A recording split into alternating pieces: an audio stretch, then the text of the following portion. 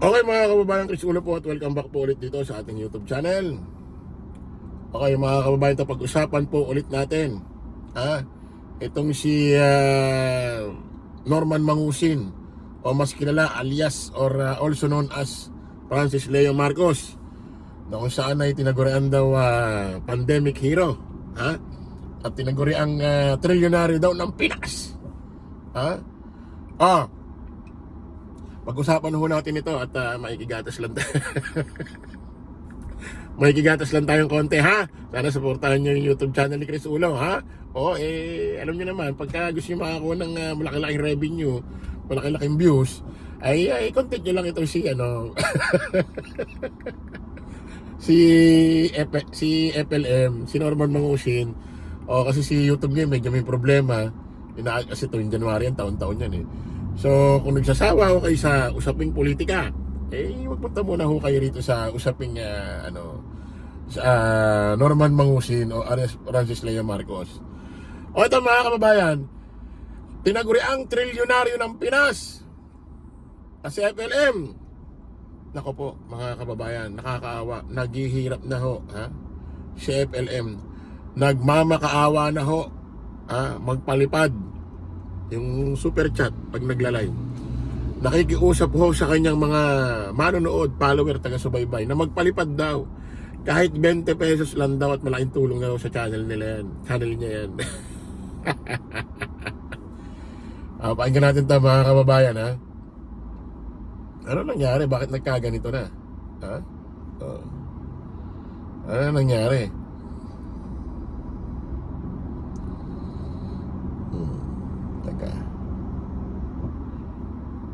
Ba't nagkaganito na?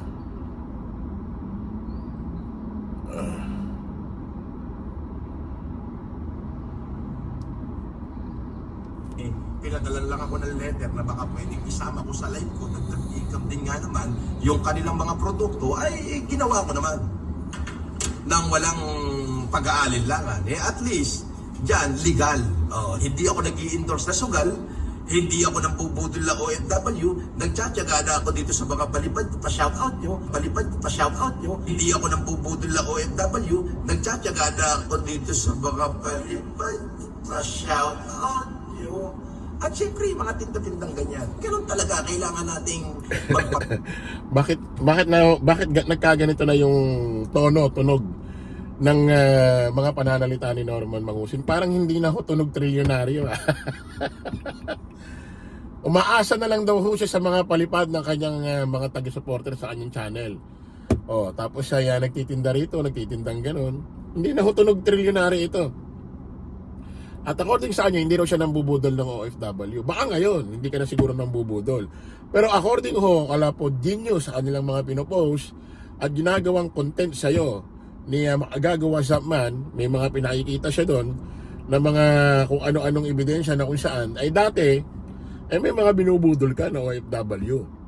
Kumbaga hinihingan mo ng ganito, ng ganyan, para kunyari tutulong mo sa kapwa, pero wala namang ganun. Siguro ngayon hindi na lang, pero baka dati. Ayan ulitin natin. tuloy. Yun yung pinadalan lang ako ng letter na baka pwedeng isama ko sa live ko, dagdag income din nga naman, yung kanilang mga produkto ay ginawa ko naman nang walang pag-aalinlangan. At least, dyan, legal. Hindi ako nag-i-endorse na sugal, hindi ako nang bubudol na OFW, nagtsatsaga na ako dito sa mga palipad, pa-shoutout nyo, pa-shoutout nyo. Hindi ako nang bubudol na OFW, nagtsatsaga na ako dito sa mga palipad, pa-shoutout nyo. At syempre, mga tinda-tindang ganyan. Nagtataga na lang doon sa mga palipad nyo. At mga nagtitinda-tinda ng ganyan. At meron pa akong isang video na ipinost si Pod Genius na ito si FLM ay nagmamakaawa ho. Nakikiusap na padalan siya ng 20 pesos at malaking bagay na raw ho sa kanya yan. Ano na nangyari dito? Parang hindi na dati ang mga ginagawang video nito yung, di ba may sikat siyang linyahan, yung nakasakay siya sa Mustang niya, tapos yun yung mga time na hindi pa siya nabubuking sa mga kasinungalingan niya.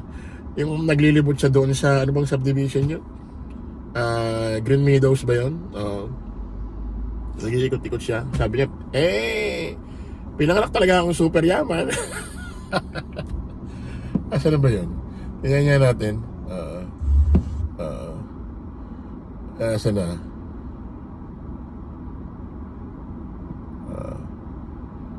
Merong ano ito merong video ito na Gusto nyo, ayan gusto nyo sunugan tayo ng pera? Ah. Halika, magsimula tayo. Gusto nyo, sa kalsada, ilabas nyo lahat ng pera. Ilalabas ko pera ko, magsunugan tayo. Isa lang ang sisiguraduhin ko. Na una, pati buto nyo, yung pera ko hindi pa nakako.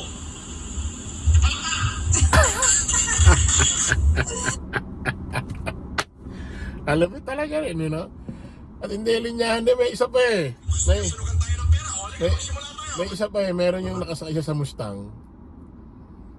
Hindi ko na lang alam kung mahahanap pa natin yon. Yung may ipagsunugan daw siya ng pera. At pinanganak daw siya. Ito. Kasi po tayo, pro mahirap po tayo, hindi na po tayo pro mayaman. Ako po, pinanganak akong super yaman. Makikipagsunugan talaga ako ng pera sa kanila. Gusto nila, sunugin nila ako ng pera nila. Pero sisiguraduhin ko, hindi pa ho ako napapasok. Ubos na yung pera nila. Pero pag sila ho sinunog ng pera ko, pati ngipin at buto nila, abo na. Yung pera ko hindi pa ho naaabo. O gusto nyo ng yabangan? O ayan, inaakabang ko kayo ng yabangan. Pero pagdating natin sa taong bayan, my God, for God's sake, bakit nyo naman ako pinahihirapan pa? Samantalang pwede naman hong ipasok yung truck dito kanina. At lapit lang ho, at nang naidiskarga na. Di kung naidiskarga na, sana ngayon ho, ipinamimigay na natin sa taong bayan yan. Di ngayon ho sana, para sa tao na yan, ipinamimigay na ho. Ay ngayon ho mga kababayan, iba na ho ang kanyang iba na ho ang kanyang pananalita. Teka, forward ko lang konti yung sakyan kasi may sa likod yung nag-park.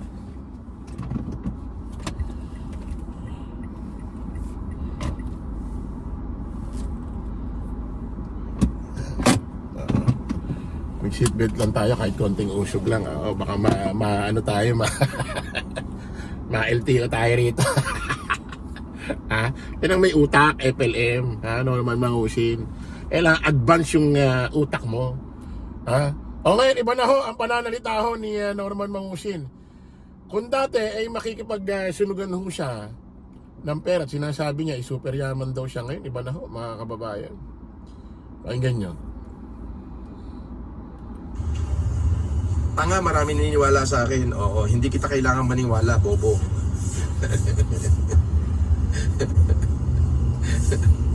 Mangi-interrupt ka pa, ha? Oo.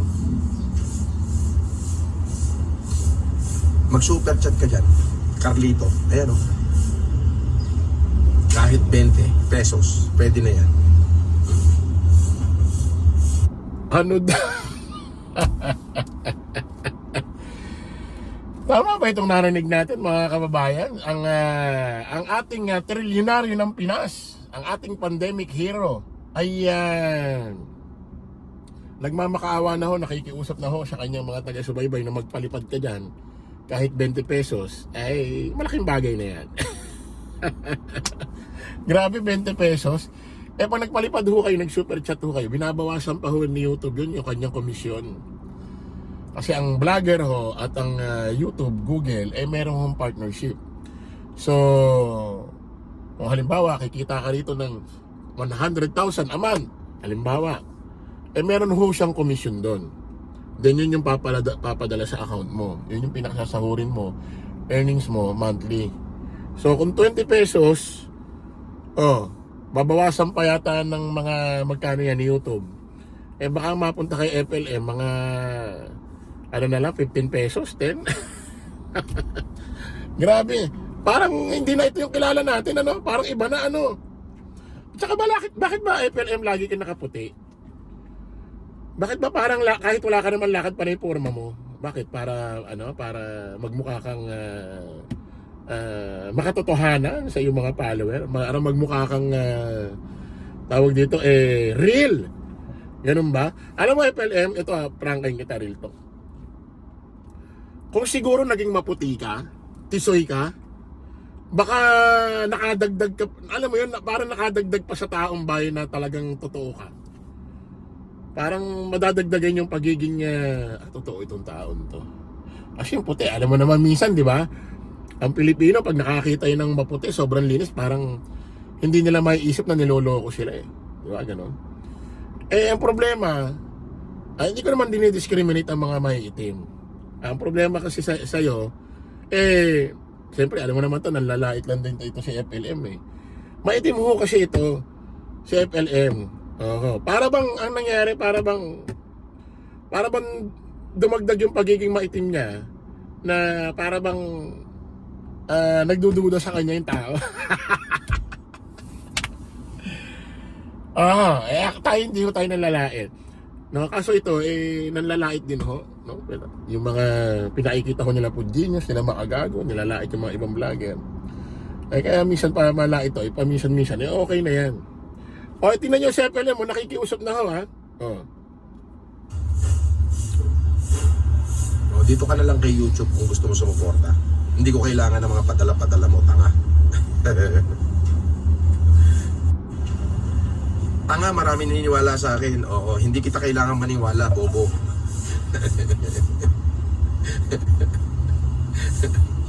Mangi-interrupt ka pa, ha? Oo. Mag-super chat ka dyan, Carlito. Ayan, oh. Kahit 20 pesos, pwede na yan. Hindi nyo na kailangan padala-padala kasi binabanggit nyo lang yan kasi alam mo hindi ka tinototoo. Pinaglololo ko na lang ho kasi ito ng mga nagko-comment sa kanya. Kasi nga dati kung sikat na sikat ho ito, ngayon ho, ginagawa na lang ho katatawanan ng mga supporter. Siguro kung may naniniwala pa sa kanya, siguro makakatiting na lang o siguro mga tanga na lang. Kasi tanga na lang talaga maniniwala rito eh. Kumbaga para nga ho itong si Digong, yung kanyang tiwala ni Digong, nagtambay kay Digong 2016, 17, 18, 19, 20, 21, 2022 pababa. Ito na sikat din ito ng pandemic ng 2020. Habang nilalakaran yung huling taon ng 2021, 22, 23, 24, 25, pababa rin yung tiwala sa kanya. Okay, kita ulit tayo sa panibagong vlog. Bye bye po.